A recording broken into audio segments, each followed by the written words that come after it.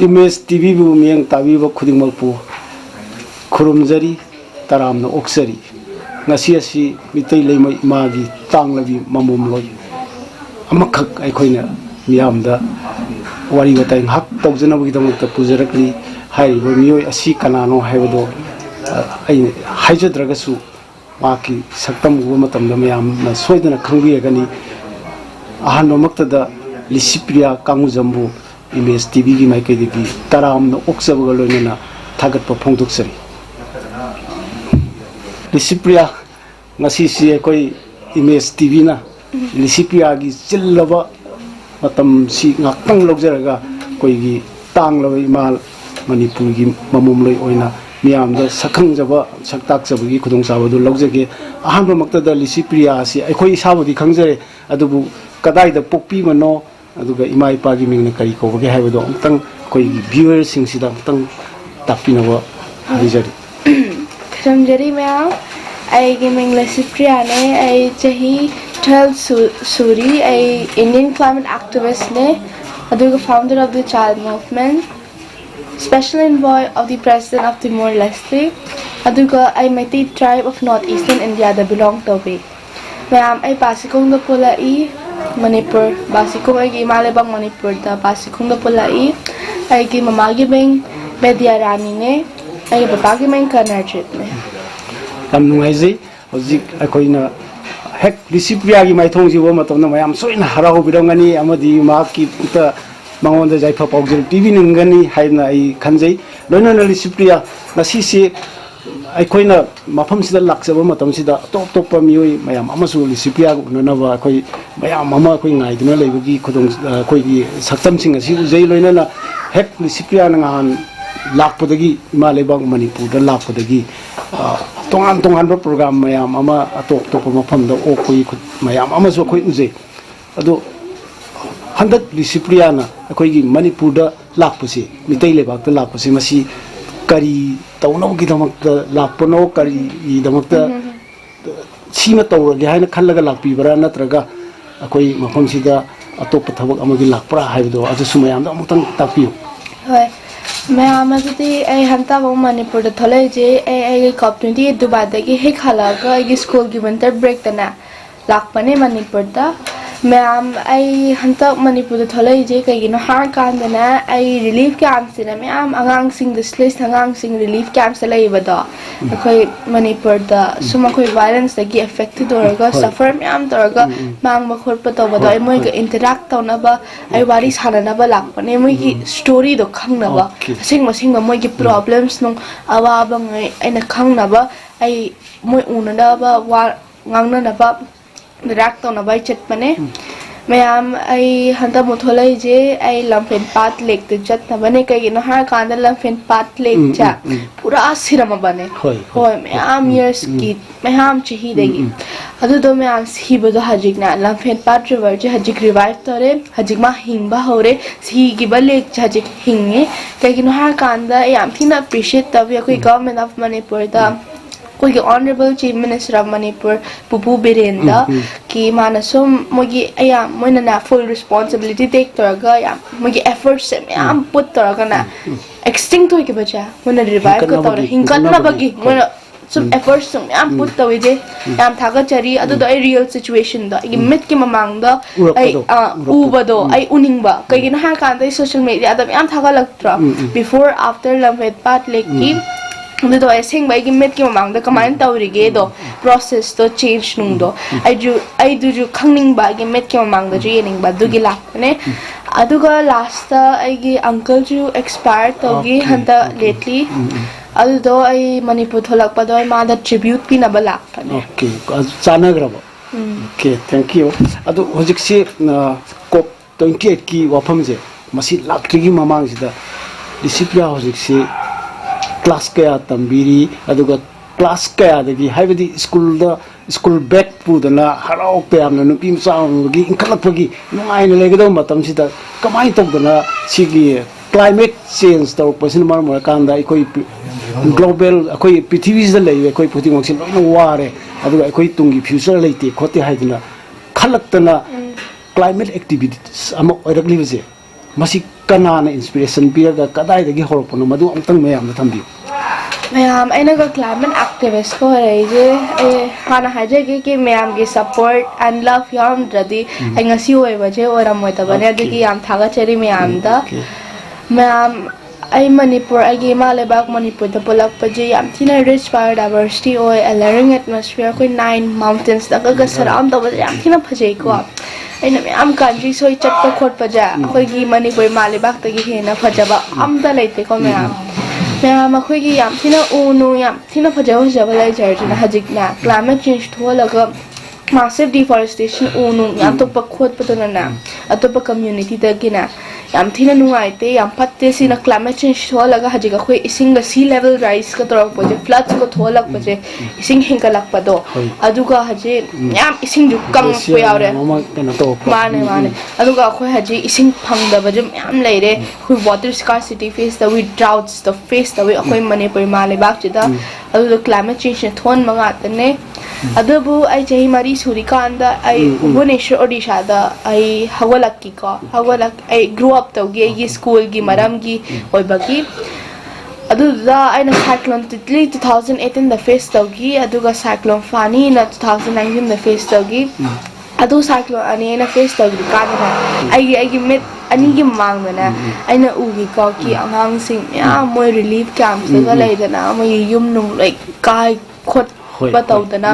मोय की मम्मा पापा का सुम काइना ब खोट पदो मोय सीब खोट पदो याम नुंगाइ ते हाय तारे अदु मथंग दिल्ली द शिफ्ट तौगे 2019 द शिफ्ट तौबदो aina amok intense heat wave crisis mo yam thina sagalak pa hai tare summer da mo face tawi aduga winters da mo aina high air pollution crisis mo hoi air pollution ga tawado adu do aina winters da mo face tawi ai angang wani kandana aina si me face tawaja aina mo khalei ko kisi recommend tawreino kholino kam aina tawbagiro yami atokona tawbagiro ai innocent ro ya ai responsible ro na ai angang wani kandagina ai questions ma'am pop up तब कोई की माइंडा other questions तो है ना कि ओज़ा दहंगी एक school teachers एक parents और दा मुन हारे किसी दिलोई क्लाइमेट चेंज लगी मरी लेना बने अदर मथांगा ना लासांगी को कि आई ना कई तो बांगम के आई साइड तगी सीले फन्ना बा अदुगा मोइन हारे को एन हजिकी तो इब क्लाइमेट एक्टिविज्म की थबंग हातो जा मोइन हार मधारक पने किसी उनु थाबे आय कोई पॉलिसी चेंज तो बे आय कोई चिट्ठी ई बे आय कोई साइनिंग अ पिटिशन तो बे आय कोई प्लास्टिक पोल्यूशन नुंगी जा कोई खुंतुक पे आय कोई डस्टबिन कोई वेस्ट नुंगे फजन डस्टबिन दा अदुगा आइना हजिकी पी ब नॉलेज जा मी अतु पद पी बी यू ना पास ऑन तो बी यू ना या रेजिंग अवेयरनेस जे मोइन लोय हारे को यमदा अदुई मथंग आइना आइगे अंगमबदा आइना लोय तवी आइना आइगे अंगमबदा अदुदो आइना तौब हरकपदो आइना आइगे सोशल मीडिया दगा थागलैको थागलकपगी ट्विटर फेसबुक इंस्टाग्राम हेदा अदु अतोपदा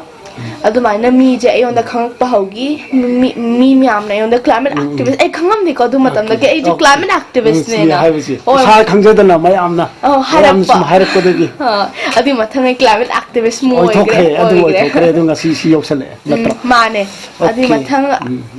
मखाताबी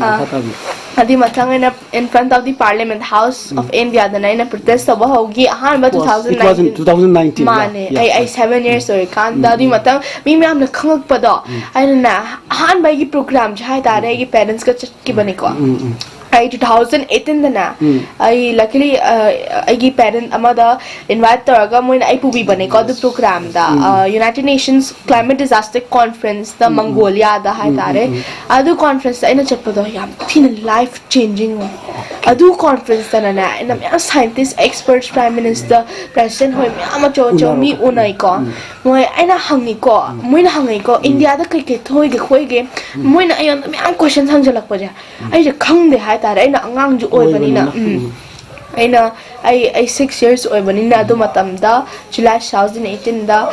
adudo aina na moida jum yam question thangi ko ki aina kai to ba ge aina agi ozang ai da hangba do maina aduga amoina tum hai ko khoina sigumba to ba khot ba ja yam phaina aina moi gi wa do loi lawre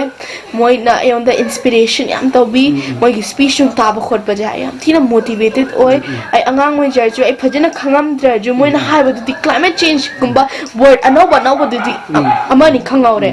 adudo moina aina ko na chara ka na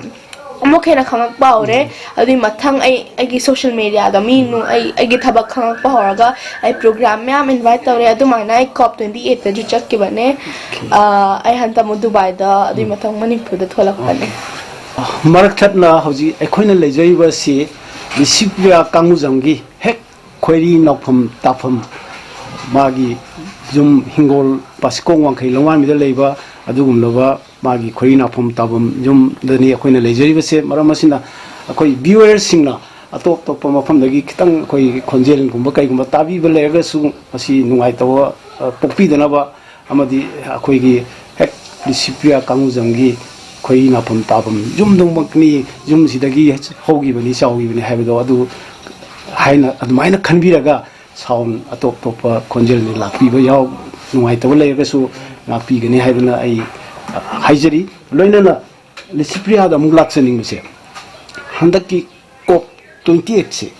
stay da maruina Licypriya gi ahanba introduction amada ai Maitai tribe I belongs to Maitai tribe haiba ma khoi thengnagi wai du tabada khoi da yamna nungai jaba madumaktana Maitai leima imagi yamna achangwa mamom loi ama tholak e haidana khoi mafam sida lejai ba koi phuding na koi thamoi da phokjagi ba mle masi kamai ta ga hairak pano aduga cop 28 haise masi kari no maduda maruina nei nagi ba pot si kai ba adu kitang samlapna dun tang tham biyo mayam da me amade de ai hanta mo cop 28 dubai da chakki bado aina chali je akhoi gi global issues me am laidana akhoi gi ai manipur ju represent tauna ba ai malaba manipur gi problem ho ju aina me am da khangan na ba to mi ngai da prime minister president hona kan da international media hoi ga interview to kan da aina sum ai speech ju hai ko I belong to Maitai tribe of northeastern India na kai you know har kan da ai Maitai tribe to belong to for sure aina ai Maitai represent tau jodi kana represent tau no aina kai represent tau no to pa adu maina hai tare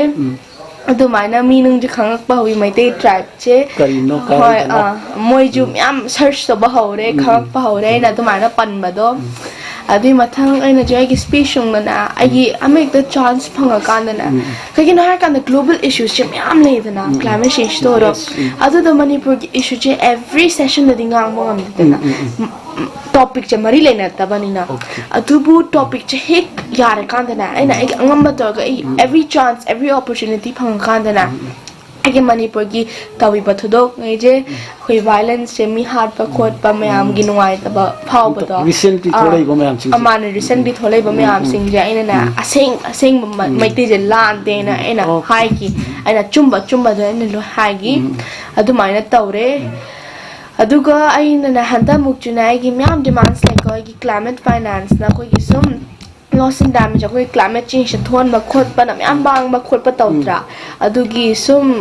kamaina hai ta de ko gi rich nations ina khon ba lam na thon ba nga ta ne kai gi no ha kan da moi myam chahi pele ko India na ga independence phang ri kan da moi na industry ja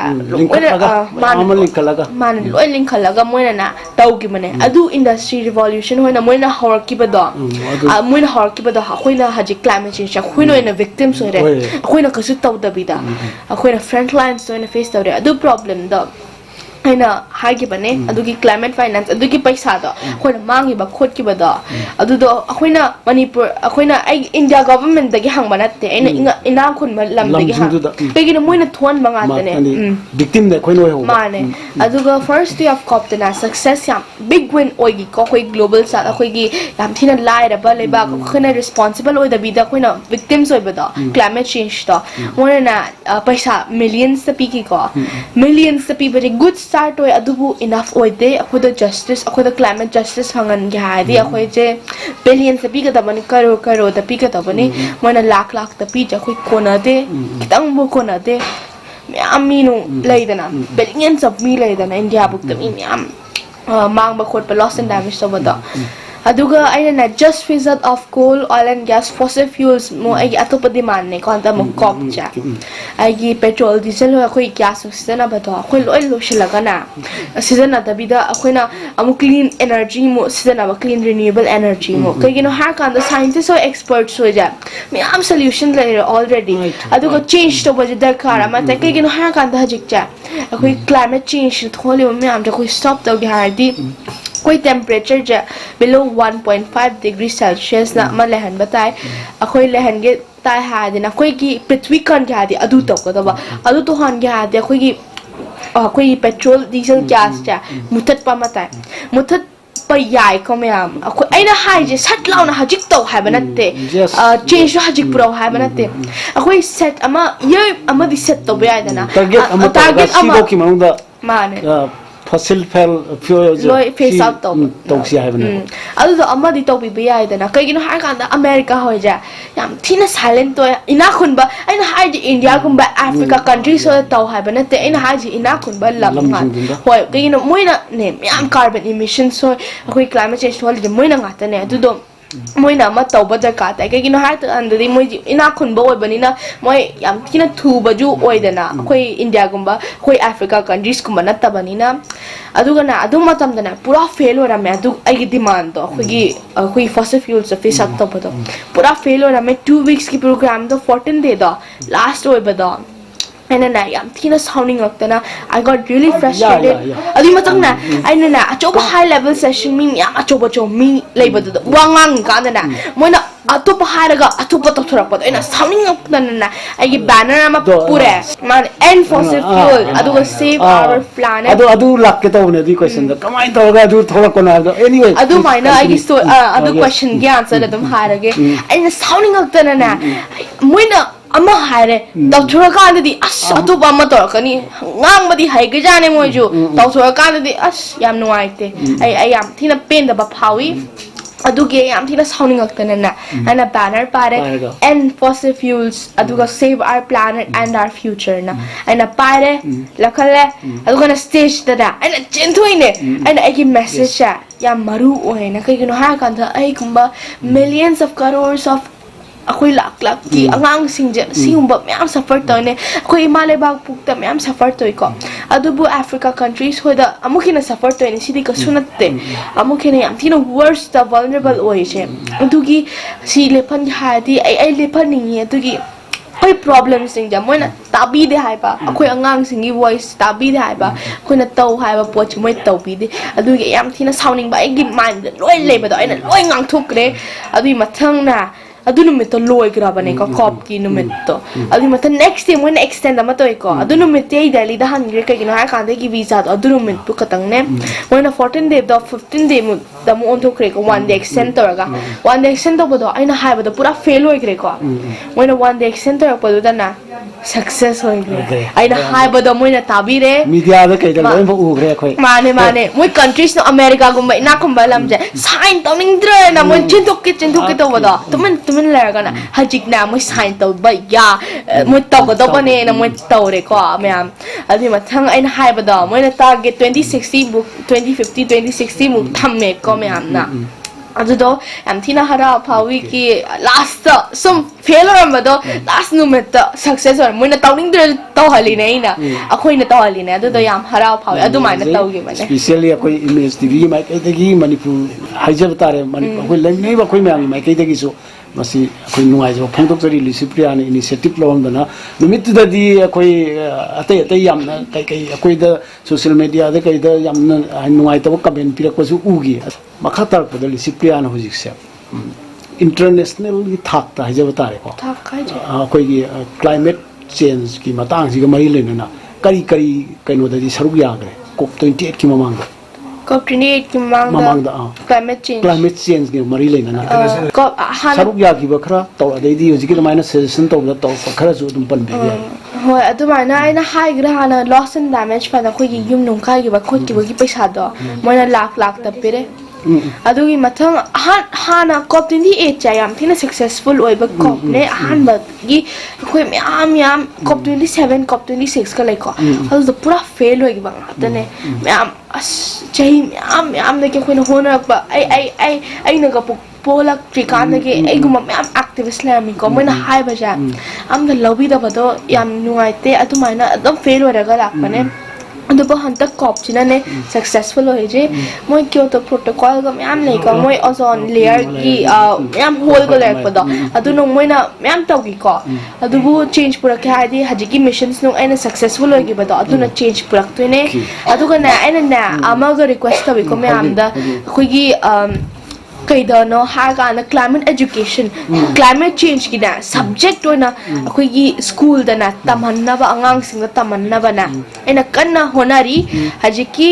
I America दो ma'am European countries तो जो ma'am एना ना countries होय prime minister president होय एना ma'am उनर का दना एना लोय high को हजिक ma'am अखोय तंबा होनारे अखोगी Indian government जो हाय का दना एना राजस्थान का गुजरात गवर्नमेंट एना तो बट म्याम थाई मोगी द हाय का specifically moina na educate lak amaga makha hena na moi hajik tam ni kanna aina chithi balwarga moina gi wa tabi badu yam harawi haji mija ai kin har kan the climate change cha moi subject amagi manung ja yaw ba che yam nuai te pitu pick na topic che adu pam de climate change subject mane chapter ama munatte chapter amma gi page amma ni yaw bai mauta अखोई whole कनो से environment का मई लेना climate change का मई लेना पूरा subject हम तम जाय बने रिसिप्रिया ने से संतै से मैं मदति आई कॉप दी चिकान जो आई मैं तो पर यूएन की इवेंट्स होदा जो चली आई कॉन्फ्रेंस होदा मैं प्राइवेट जो चली को आई मैं इनवाइट तो होगी आई एक्टिविज्म स्टार्ट तो बोल का मैं हान मदा आई ना मंगोलिया दा ना पुपुदा साहाय पुपुदा सरदा साहाय वादु वाइना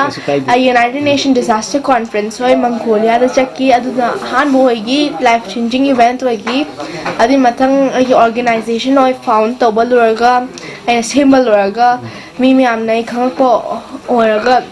support to horaga na aina mo cop 25 na Madrid Spain da ka chali ko 2019 da 7 years old ori kanda adu matam da gi ne mi myam na ai khang pa hoi che adu matam da gi adi mathang ai cop 25 chale cop 27 da mo akoi chali ko 2022 da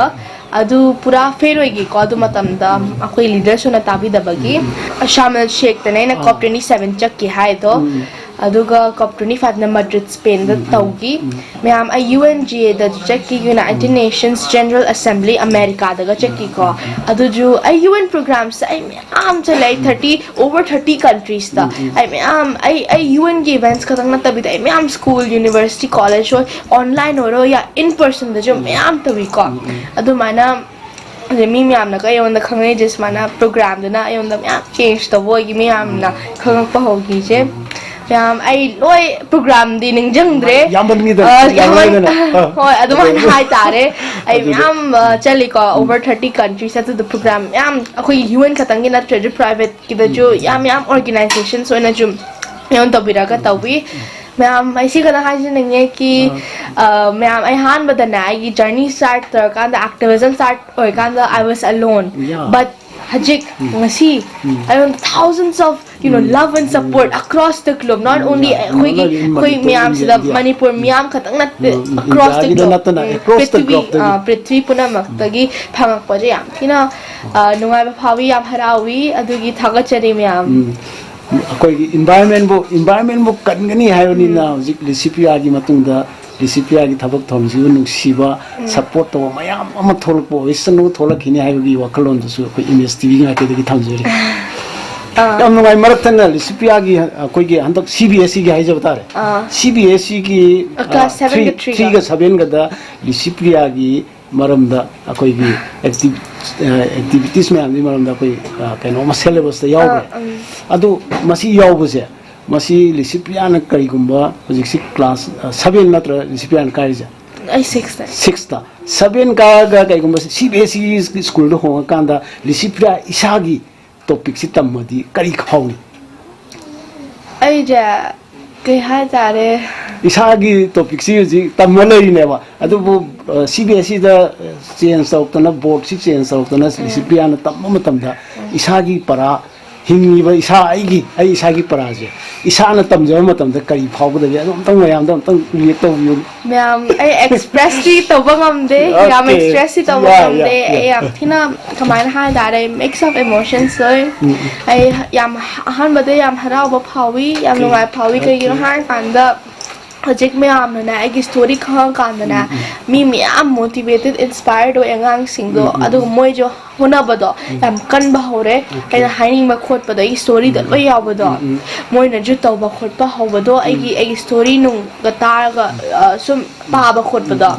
am thina hara phawi aduga aina sum moi na sum inspired go era ga moi na ga agi si work che continue to ordina am thina hara phawi aduga aina sum agi port to change tawraga some I guess hagi larik ka paja baja yam some yam emotional way hai tare ai gi na gi tawre ba thabak ngai je myam na larik ama da phungje laga some iba do yam ai gi wa ba khot pa tu ju myam yawi da na ai challenges hoy ai gi adi matang finally success do lo yaw ba khot pa do yam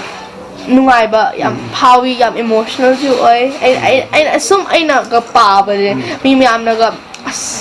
pa ba khot pa je gi friends no ang sing hoi na pa ba je yam nungai ba je phawi yam harau ba je phawi yam emotional ju to okay hujik se India climate activities ama oina Licypriya na hoi subject oina pura subject ama oina akoi gi environment gi maram da climate change gi maram da tamnabagi honari haibdi hojik ngaki mang haibdi tazore adu future da hojik tungda lakadaba kano sida kari toge haina di hojik khanbi ba lei tung na aina sagi yum nung kai ba khot ki ba loss and damage ta moina lak ta pirak tan hana di pura silent war mane haji ti lak ta pirak ba jam na choba change hoy ko success hoy adu pu fully success ho de kai kin har kan na lak ta pi ba ja khoi kona de mi billions of crores of mi na na jaba victims hoy ga le je adu da moina lak pirak kai hoy di no kamana climate justice phang tu adu na kona ba ga moi moi je paisa ja pining da line khoina piyo atom hai ba gi ne moina lak khara ka pire je mane khoi ina khon ba lam hoi America gu mana na 17.5 million khatang bire ne moina na war gum ba da dina khoi war nung to ba da dina yam billions of dollars si moi pi ba ngam mi adu bu khoi climate change environment kan na ba gi da di moi as khara a few bucks khatam pi ba ngam mi adum bag Licypriya gi wa adu do yam nuai te adu do ai next mission je akhoi je crore the billions of dollars na phangna ba akhoi climate justice phangna ba akhoi haji ki victims nung ja akhoi climate justice phangna ba akhoi loss and damage fund da billions da crores da phangna ba hinkat na ba amukhe na hoi ai ki angam ba to ga ai ja ai goal ja chief to dribo ai adum fight to ga lai tu ne makata na zathabi yo do environment haibasidi ai Manipur dang ai side da kalle harga yadabani na ai di America gi part am do so any whatever global gi any part am the environment so go matam da adu gi victim di punama oi min adu ne ba adu gi pochi kitang kano to ga thamjaraga handak akoi gi Manipur da hojik oi ri situation ji sigi matang sida nasai ahob da so haibi gre akoi gi maitai gi kai gi matang haibi gre ado sigi matang sida so akoi gi chingmai tungna koi gi wa kathat khotat pa Manipur da environment climate si pura change to re na akoi mai lojei ko adu Manipur hujik lei ba situation sida climate change si ga mari leina na thoi ba thawjong si ga mari leina na kari di taw ba ya en khali kari mayam pulla tawmina ba ya ba se kai lei en khali ahan bada ai yangam batawi si gumba massive deforestation climate change thon ba myam atopa community na tawi ba kholi baje ai lephan na ba ai yangam batawi hana problems sung mi myam ta halaga khol laga khangan bata singwa wari do tawi ko myam ke wa ba ngai cha aduga si je handa han gi ha di khara kam do taw gi ha di na adu lotion gi ha di na myam ai ju hana singwa gi myam na to jarjuna akhui gi government ki support jo ma changi akhui me amna punna juna fight ama darkar amatang oina punna loi amatang oina fight to matar kartai mayam akhoi hana na massive deforestation unu yan to ba khot baja hana lephan batai akhoi maite na lephan bangam jaju ai request to jage ai ju ai government India government hoida Manipur government na lephan bangam mi ko moina lephan ga do bani na adu moina lephala dina si handarak bangam loina la Manipur da lei min ai ba praja khudi mangna mane kannabagi wakhalon je natragadi government na phana tawgasu aikoi praja nu gyan tabidragadi mane praja na ju gyan tabiba ama changi praja na hana awareness to knowledge to hana layer di yam thina hara phawni je sina ju khoi violence khoi si climate change tholi baja khoi unu yam to ba khoi pada khatang na te myam khoi pollution nung ja khoi hana na khoi behavior to change to ba ma dar mindset change to bom san mane mindset change so di aduna ne first step what de khoi climate change le phan na ba khoi planet che khoi imale ba kan na ba hona ke ha environment kan ga di khoi behavior change to ba ma dar card adu pi ba ngang jing sai habi bedo pi ba ngang jing ji gi wakhalon da environment ji bu nungsi bagi wakhalon ma pohon na ba adu gi syllabus da pura achoba bak syllabus samsang yo natra okay makhatar pada koina Licypriya na ad laingai matam da so sampur da journalist kharaga loina lakani haibagi wafam ama akoi tajagi adu hojik si nahandagi akoi mapam khudimuk da Licypriya ji okpo khotpagi thoram mayam ama sathar ngai marak sida adu mapam da chatlu di leibra hojik se chatke haina khanbi ba leibra kai plan lebi yes yes absolutely I'm definitely going to Chiranchanpur I chat to ne adabu chatrikanda kayino har kanda hana ha ki ko kayino har kanda I ji one side of story khatang khangning de I both sides of story ji khangning I Chiranchanpur chat pado I hana children mo angang sing je equally affected first emphasis to talk with them children hoiga mogi wari ju ai tani ni mogi problems or mogi issues so juna hoi maite ki khatang na te to ba community ki ju kuki hoi ki ju tani mane mogi khoi ki violence ka man stop to ge ja koi punna ma moina some stop to ba ma da kar tai moina tabi ju ai moina ai ga interact to video ju ai angang sing ga di ai tang di wari sana ge dana adu mogi side of story ju khang na mogi awa ba ngai ju kagin ha kan angang problem mogi solution kai le ge ha bido moi sana da di khang na mane moina thola ju na angang akhoi angang sing ja mogi oiro ya akhoi gi equally affected oine mo akhoi different communities to belong or ju angang sing je kai kin involved ho je kina nuai te moi future moi education je lost ho re am nuai te moi hopes for a good future a better future je lost ho re am nuai te moi pain the power da I both sides ke khangning moi ya wa mangai moi problems ke je khangning both sides of story ki aduga I Chiranchanpur of course chatune chatpado I chatrikanda hana I safety mane adudo I hana governor ya I hana honorable chief minister Pupu Biren do hana unani I safety ka in short on security ngai do adi mathang I chatune handaki khongchat simuk ta chatke ne khanbi bra natraga makhagi ta khongchat ta chatke ne khanbi bra adudi matam loina timing je akoina tajau da di jam thun hangrane ne taji I hana some I honorable Pupu Biren hoi unabada hajiki appointment da ma pide okay ma adum jam thuna pira ko isno jam thuna pira ko isno akoi to call da mai bubo ka bai sanai ko adubu ma je sum sangde na ha ga dum la appointment to yadra ba adubu adu matam da adum depend tawi ma yar kan da sum unabab matam phang kan da ne I Chiranchanpur chat tu je hantang moina Manipur thola ga chat pangam da ju I next time da for sure I chat tu ne okay thank you adu hojik si akoi gi Licypriya gi chillaba matam nga kai thok pidana akoi image tv gi mai kai dagi akoi miyam da kitang Licypriya na khanjaba Licypriya na tawjaning ba adu Licypriya na tawjar promayam je khara khangbai khudong ja ba khara do akoi lawdana leibasi gi am nungai jaba am phongtok jai loina na akoi na loisan lakpasida Licypriya na akoi gi Manipur gi miyoi singda maruina India gi miyoi sing Manipur gi miyoi sing sida adu loina na hoji lan na soktana awaga ta umayam singda kari karma message di pibini male ma'am dai message ama pijage pibiyo short message ama pijage ma'am I message से short हो जाए जो ma'am तभी भी हो ma'am तो भी हो आई ना हाई जे मैम आई जो है कि अंगम बतावी अखोई मणिपुर वायलेंस से बथदोक ngai je stop तौनबा मैम होई अवाब होई जे असिंग मसिंग बथदोक जे मैते लान दे जे आई जो आई अंगम बतरगा मैम द फोन तो ई अतोप अतोप लम कंट्री सो चटपा खोटपदा स्पीच तो ओरो आई मैते ट्राइब जे तुम हाई को आई के साइड तगी अंगम बत जे मैम आई हाइजे के कि आई खतंगना शांति पुरक पंगमो आई खतंगना पीस जे पुरक पंगमो सी वायलेंस स्टॉप तो पंगमो मैम वायलेंस जे कोई शांति पुरक क्या है दी मैम की सपोर्ट जो मैम की दरकार था अदो मैम द रिक्वेस्ट जो कि अखोई अमत ओइना फाइट तो जे को अखोई जस्टिस फंगनाबा अखोई सि लान जे अखोई विन तौनाबा अखोई अंगम बद तोरगा अमतंग ओइना कोई जस्टिस फंगनाबा कोई शांति पुरक नबा फाइट तो जे को मैम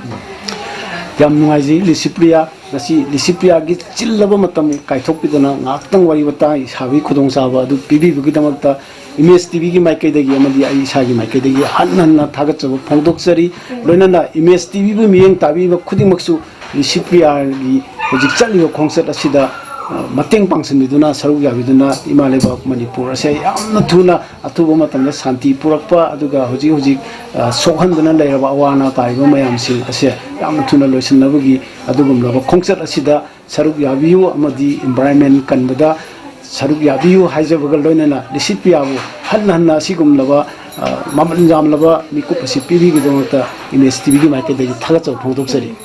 अखोई आंगांग सिंह पीस पामी अखोई वायलेंस पाम दे अदु के अखोई पीस की शांति की कन अपरी तव जगह में आप thank you थैंक यू